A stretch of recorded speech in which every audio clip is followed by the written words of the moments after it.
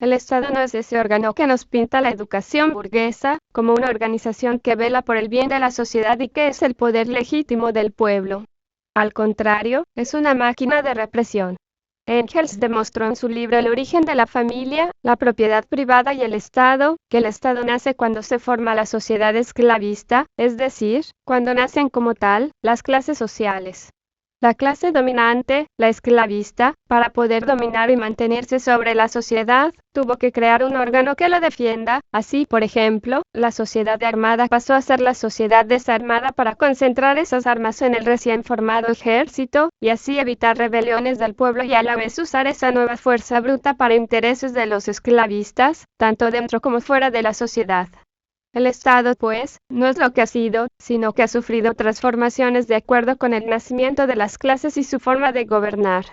El Estado esclavista defendió a los esclavistas, el Estado feudalista defendió los intereses de los señores feudales, y la burguesía al derrocar el Estado feudal, implantó un nuevo Estado para defender sus propios intereses, o sea, el interés del capital. El Estado capitalista al regular las instituciones públicas, las regula de tal forma que le convenza, dando solo pequeñas concesiones al proletariado para poder desviar así su lucha de clases. Así pues, todo aquel que se oponga a la clase dominante, tendrá que vérselas no solo con el ejército, sino también con leyes que los defienden, medios de comunicación, ideologías, educación, etc.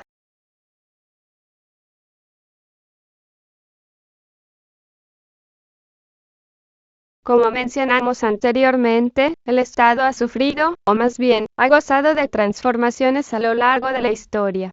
Cada Estado, el esclavista, el feudalista y el capitalista han tenido sus propias instituciones, leyes, educación, ideología, historia, guerras, cárceles, etc. Todas ellas proclamadas con su contenido y por tanto diferente forma, pues incluso encontramos diferencias de forma en las leyes de los estados capitalistas aunque contengan prácticamente el mismo contenido. Por ejemplo, en el estado esclavista no existían las leyes de los derechos humanos, tampoco existía la educación pública, ni la igualdad del hombre y la mujer. En el estado feudalista, el estado toma forma como monarquía absoluta en algunos casos, otras como aristocrática. En el Estado capitalista, por su parte, vemos la creación de su propia ideología, la formación de la policía como brazo armado dentro de la sociedad y el ejército para fuera de ella, con uso casi exclusivo de este último para reforzar la represión violenta de la policía. Vemos además que ante la presión del proletario, se crearon los derechos de los trabajadores y la reducción de la jornada de trabajo, el estado de bienestar, la igualdad de géneros, etc. Cada fase histórica del Estado tiene sus propias peculiaridades, su propio contenido, cuyo contenido es ser clasista, y ésta se manifiesta de diferente forma en cada Estado, pues no es el mismo el de México, que el de Austria, o el de la India. Este desarrollo ha estado perfeccionando desde su nacimiento. Pero no importa cuántas formas reviste el Estado, su esencia es la misma, es un órgano represor contra las clases dominadas. Mientras existe el Estado no puede haber igualdad, mientras existe el capitalismo, siempre existirá el Estado. No importa que haya en el Estado capitalista un Lázaro Cárdenas, un Andrés Manuel López Obrador, un Benito Juárez, o cualquier supuesto presidente de izquierda política, nunca cabrá la igualdad y la democracia, pues la democracia en el capitalismo es la democracia de los capitalistas. El Estado ha sido formado por los gobernantes para gobernar.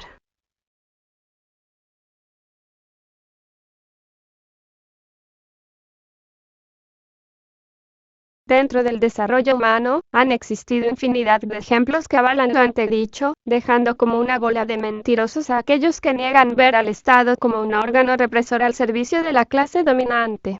Tan solo basta recordar que el ejército romano existió para dominar nuevos territorios, territorios que no pertenecerían a los esclavos ni a ciudadanos libres, y recordar además que el ejército estuvo del lado de los esclavistas durante las guerras serviles, que fueron rebeliones esclavas. Además, aquellos pueblos que se rebelaban contra Roma eran sometidos por la fuerza bruta del Estado.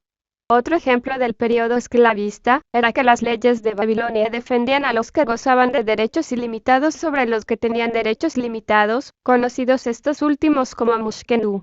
Si un mushkenu mutilaba a otro, se castigaba con mutilación análoga, pero si uno con derechos ilimitados mutilaba a un mushkenu, solo había una multa.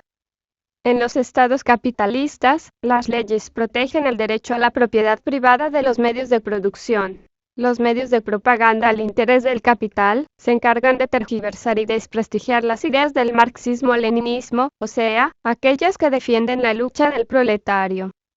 Al triunfo de la revolución proletaria en Rusia, el ejército bolchevique, conocido como el Ejército Rojo, un ejército que se formó de la clase obrera y campesina, tuvo que soportar el ataque contrarrevolucionario de las fuerzas que apoyaban la restauración del zar, y que además, estas fueron apoyadas por ejércitos de 17 naciones extranjeras, como Estados Unidos, Francia, Alemania, Finlandia, Italia, etc. Al final, el ejército proletario logró expulsar a los invasores.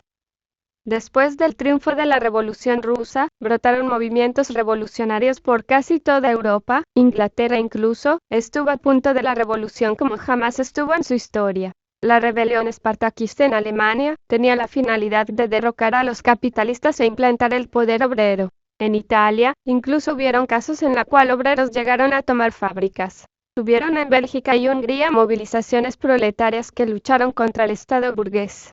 Sin embargo, todas ellas fueron reprimidas por el ejército del Estado burgués, para así mantener el dominio de los capitalistas sobre los campesinos y obreros.